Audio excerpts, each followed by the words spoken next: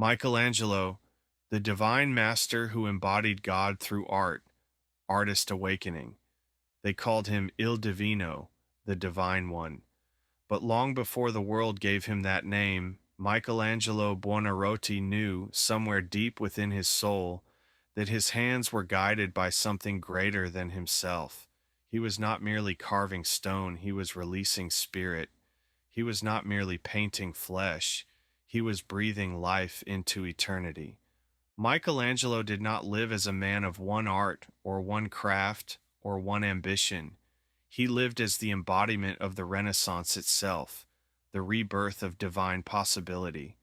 To look at his life is to look at the full spectrum of human creation: sculpture, painting, architecture, poetry, philosophy, and the invisible thread that binds them all: the yearning to know God through the act of creation.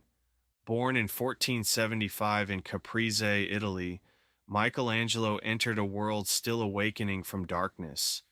The Middle Ages had buried much of humanity's creative light under the weight of fear and dogma, but a new age was dawning, one that dared to believe beauty was not sin, that art was not vanity, that knowledge was not rebellion, but revelation. And in that crucible of change, one boy was chosen to show what it truly means to be a vessel of the divine. From his earliest days, he felt misunderstood. He once said, "If people knew how hard I had to work to gain my mastery, it would not seem so wonderful at all." That humility was his truth, for the divine master is not born in a single moment of inspiration. He is forged in the silence of devotion, the loneliness of practice, the endless hours of chiseling away everything that is not truth. When he looked at marble, he saw more than stone. He saw the imprisoned figure within, begging to be freed. This, perhaps more than anything, defined Michelangelo's philosophy of creation. To him, art was not addition, it was subtraction, not the act of building, but the act of revealing. He said, "I saw the angel in the marble and carved until I set him free." That is the purest expression of divine artistry: to see what others cannot, to know that God has already placed perfection inside the material world, and that the artist's only task is to uncover it. Michelangelo's David stands as the eternal symbol of this truth, carved from a single block of marble that other sculptors had rejected, too flawed, too brittle, too broken. He transformed it into the image of human potential itself. David is not just a man preparing for battle, he is the embodiment of divine courage, the reminder that perfection can emerge from imperfection, that the divine lives in what others cast aside. To be a true artist, Michelangelo believed, is to accept suffering as the cost of revelation. He was relentless, obsessive, and often tormented by his own standard of perfection. He wrote in his poetry, "I am still learning." Even at the height of fame, when kings and popes called upon him, he remained the eternal student of the divine. He did not see mastery as dominance. He saw it as surrender, the surrender of ego, of control, of the illusion of ownership.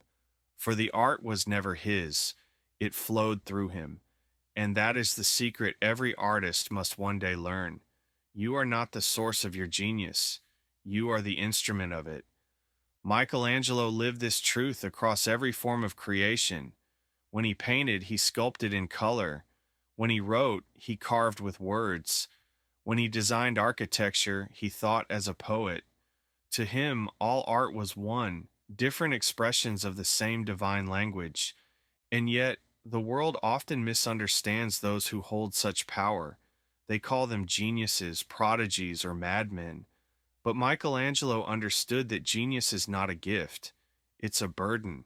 For to see what others cannot is to live apart from them. To hear the whisper of the divine is to walk alone among men. Still, he walked that path with devotion. Each creation became a dialogue between himself and the divine. When he painted the ceiling of the Sistine Chapel, suspended high above Rome for 4 long years, he was not painting for the Pope. He was painting for God. He was capturing the spark of life itself, that moment when the divine finger touches the human soul and awakens it into being. In that moment, he embodied the Renaissance ideal, the fusion of art and spirit, intellect and intuition, humanity and divinity. He proved that art is not decoration, it is revelation. And through revelation, mankind remembers what it truly is. As he lay on his back upon the scaffolding of the Sistine Chapel, paint dripping into his eyes, muscles trembling from exhaustion, Michelangelo reached beyond what any mortal hand had done before. The ceiling became not a work of art, but a testament to the divine endurance of spirit. He once wrote in a letter that he felt the pain of 1,000 crucifixions while working upon that sacred vault. Yet he never abandoned it because he knew that suffering and creation are inseparable twins. Every brushstroke was an act of prayer. Every color was a whisper from God Himself. He painted prophets and sibyls, angels and mortals, creation and damnation, all orbiting the central act of divine connection, the creation of Adam. The hands nearly touch, fingers outstretched in eternal tension. Between them lies the entire story of humanity, the distance between God and man, and the yearning to close it. That small gap between the fingertips, that electric breath of space, is where every artist lives. It is the space between inspiration and realization, between vision and manifestation, between the divine idea and the human hand. Michelangelo painted that gap not as absence, but as possibility. And this is what makes him the embodiment of the divine master. He did not create art merely to please the eye, he created it to awaken the soul. He believed that through form, color, and proportion, one could glimpse the order of heaven. He once said, "The greater danger for most of us lies not in setting our aim too high and falling short, but in setting it too low and achieving it." He was calling to the divine within all of us, to aim higher, to strive beyond comfort, to remember that creation is an act of courage. He sculpted Moses with such vitality that legend says the prophet's marble veins pulse with blood. He designed the dome of St. Peter's Basilica so that it rose like the heart of heaven itself. Every work he touched was infused with the sacred geometry of divine order, the belief that art is the bridge between earth and eternity. Michelangelo saw no separation between the disciplines. To him, art, science, mathematics, anatomy, and theology were all facets of one truth. He dissected human bodies in the morgues of Florence not out of morbidity, but reverence, to understand how divine architecture manifested in flesh. He believed that the body was God's greatest sculpture, and to capture it truthfully was to honor its creator. This holistic mastery is what defines the Renaissance spirit, the refusal to limit oneself to a single form of expression. In Michelangelo's world, the artist was not a craftsman serving a patron. He was a mirror reflecting divine perfection. He did not simply create objects, he created worlds. Every artist listening now must hear this truth. You are not meant to fit into one box. You are not meant to confine your genius to a single medium, a single style, or a single expectation. The Renaissance was not about art alone. It was about awakening the fullness of the human being. To live as a Renaissance soul is to recognize that creativity is your birthright in every form. So if you paint, paint. If you sing, sing. If you write, sculpt, dance, build, or dream, do all of it and do it without apology, because the spirit that moved through Michelangelo moves through you as well. The divine master is not gone. He lives in anyone brave enough to see the angel inside their own marble and carve until it is free. And if you've made it this far, if you are feeling that resonance stir inside you, that quiet reminder of who you really are, then pause for a moment. If you're enjoying this journey, make sure to subscribe to the channel, not for vanity, not for numbers, but because the act of subscribing is the act of remembering that you are part of something greater, a movement of artists reclaiming the sacred. Every like, every share, every comment is not engagement, it is energy. It tells the algorithm of consciousness that truth still matters, that art still matters, that beauty still has a place in this world. Now back to Michelangelo, the divine one. He did not chase fame. In truth, he often resented it. He was a man of solitude, more at home with stone than with society. He worked through the night by candlelight, driven by an unseen compulsion. He once described himself as a sculptor of souls, not of bodies, because he knew that the marble of humanity is rough, and to free the divine within it requires patience, devotion, and faith. When others saw the impossible, he saw the inevitable. When they saw limitations, he saw latent perfection. That is what it means to walk the path of the divine master, to live in a state of perpetual becoming.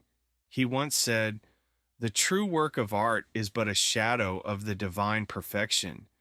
This means the artist's task is not to invent perfection, but to reflect it as purely as possible.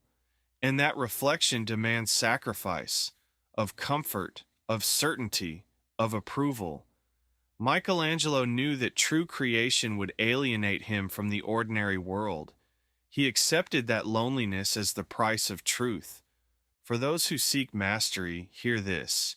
You cannot be both loved and understood by the masses while you are transforming the world. Michelangelo did not wait for validation. He worked until validation became irrelevant. He trusted the voice within, that quiet, relentless whisper that said, "Keep going, the form is there, the light is there, keep carving." To be a divine master is to live in constant conversation with the infinite. It is to know that every work is unfinished, every insight incomplete, every revelation only a doorway to another. Michelangelo's life was a pilgrimage toward the divine, a return to the source from which all art is born. As Michelangelo aged, the fire of creation never left him. Though his body weakened, his devotion intensified. He once said that the greater danger is not in growing old, but in ceasing to create. Even in his final years, when his hands trembled and his eyesight dimmed, he still rose before dawn to draw, to plan, to sculpt. For him, art was prayer, and prayer never ends. He spent his last decades working on the Pietà Rondinini, a sculpture of the Virgin Mary cradling the broken body of Christ. But unlike his earlier Pietà, this one is rough, incomplete, ghost-like, as if the marble itself is dissolving back into spirit. Many said he left it unfinished, but those who understand the language of the divine know the truth. It was meant to remain unfinished, because perfection is not completion, perfection is surrender. Michelangelo was teaching us something profound in that final work. He was showing us that the true master never stops reaching. The more he touches the divine, the more he realizes how vast it truly is. He carves until there is nothing left to carve, until he himself becomes part of the stone. His letters and poetry reveal a man haunted by God's beauty. He wrote, "My soul can find no staircase to heaven unless it be through earth's loveliness." This was not blasphemy, it was revelation. He understood that the divine does not exist apart from the world, but within it. Every curve of marble, every flicker of light upon skin, every heartbeat, all of it is the body of God. To the true artist, creation itself is the staircase to heaven. That is what makes Michelangelo more than a sculptor, more than a painter, more than an architect. He was a prophet of form, a man who revealed the invisible through the visible. He believed that beauty was not luxury, but necessity, not distraction, but direction. Beauty points us home. If you stand beneath the dome of St. Peter's Basilica, the crown of his architectural genius, you can feel that truth. The proportions, the light, the upward pull of the design all conspire to lift your gaze, your breath, your spirit. Michelangelo knew architecture was frozen music, every column a rhythm, every curve a melody, every window a note of divine harmony. He designed spaces not to impress the ego, but to awaken the soul. He said that art lives from constraint and dies from freedom, meaning the limits are what make the divine manifest.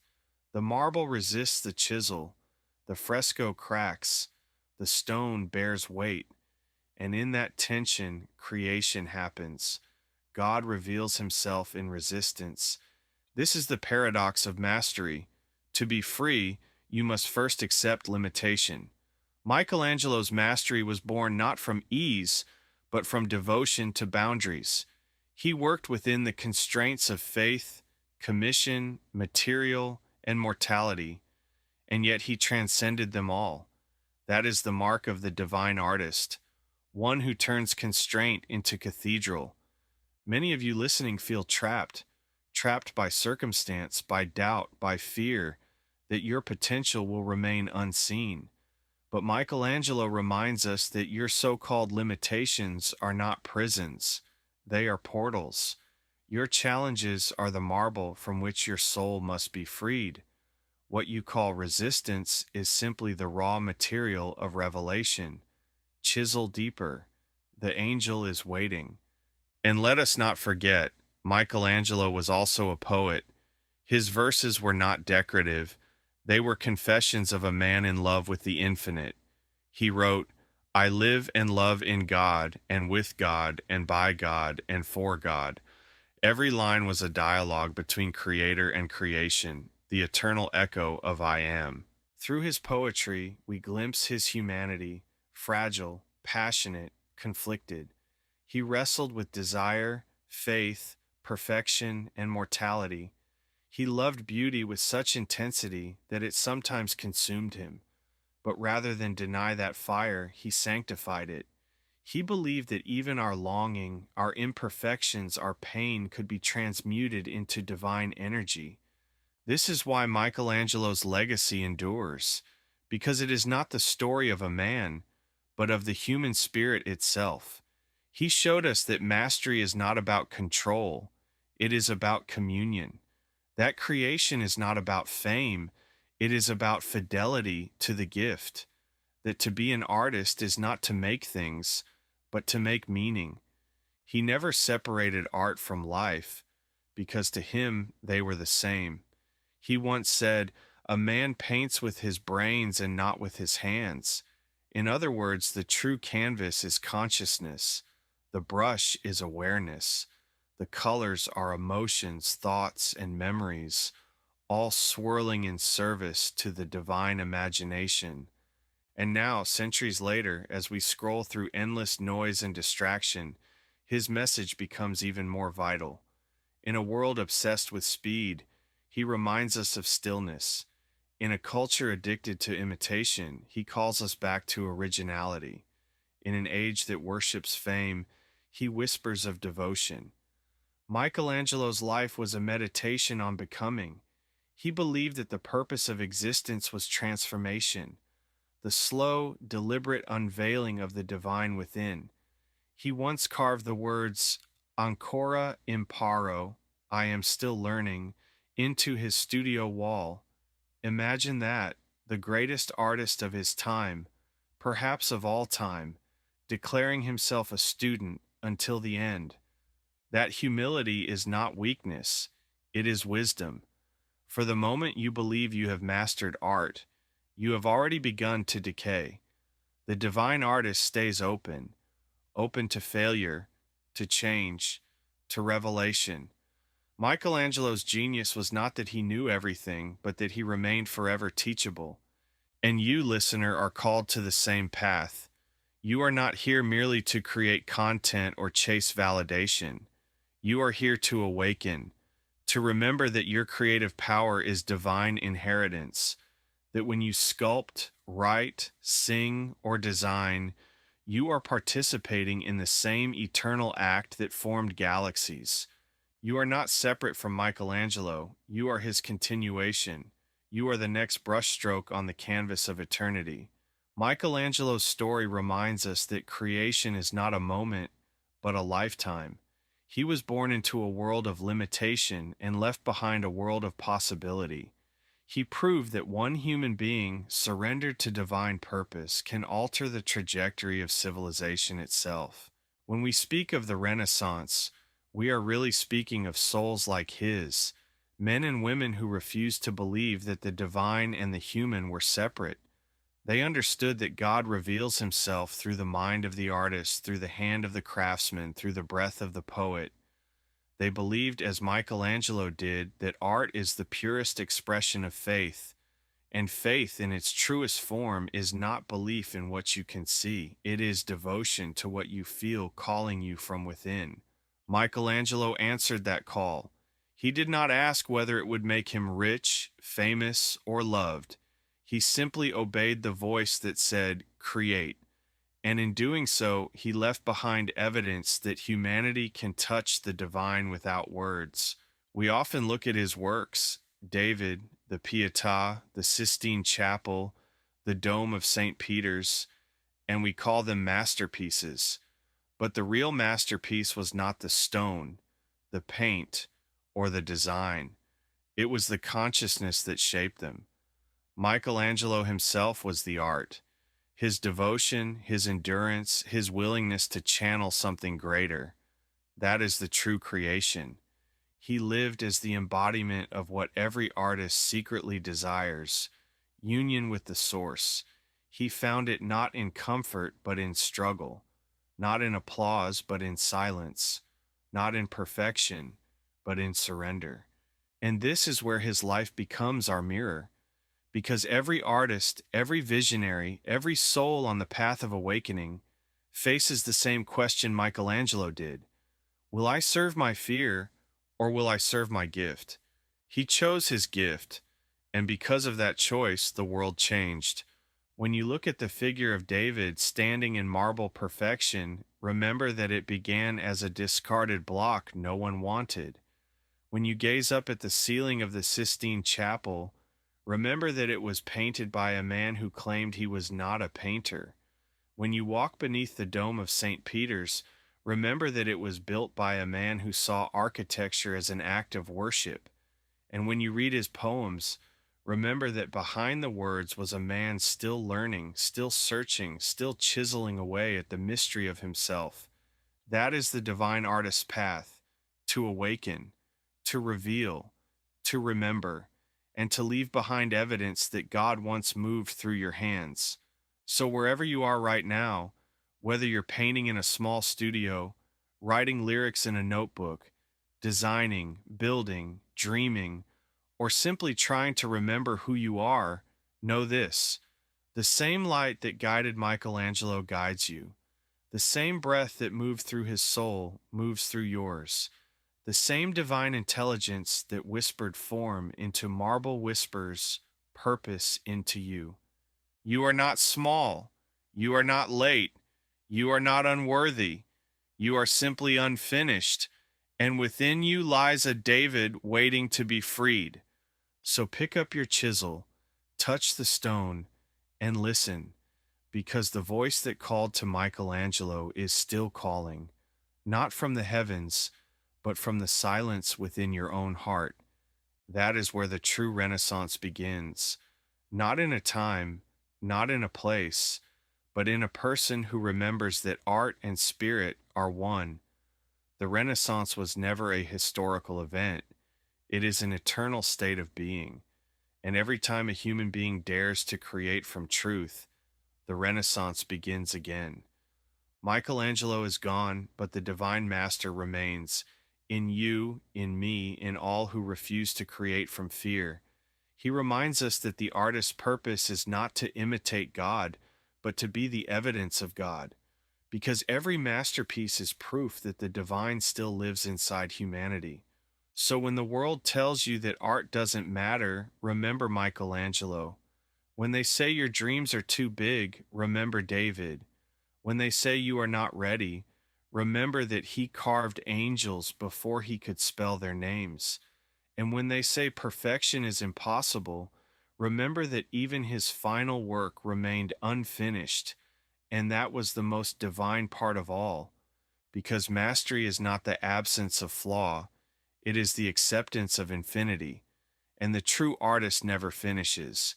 He only dissolves into the eternal. If you felt something in your soul today, if this message reminded you of who you are and what you came here to do, take a moment to breathe it in. Remember, you are not here to compete. You are here to create. You are not here to be perfect.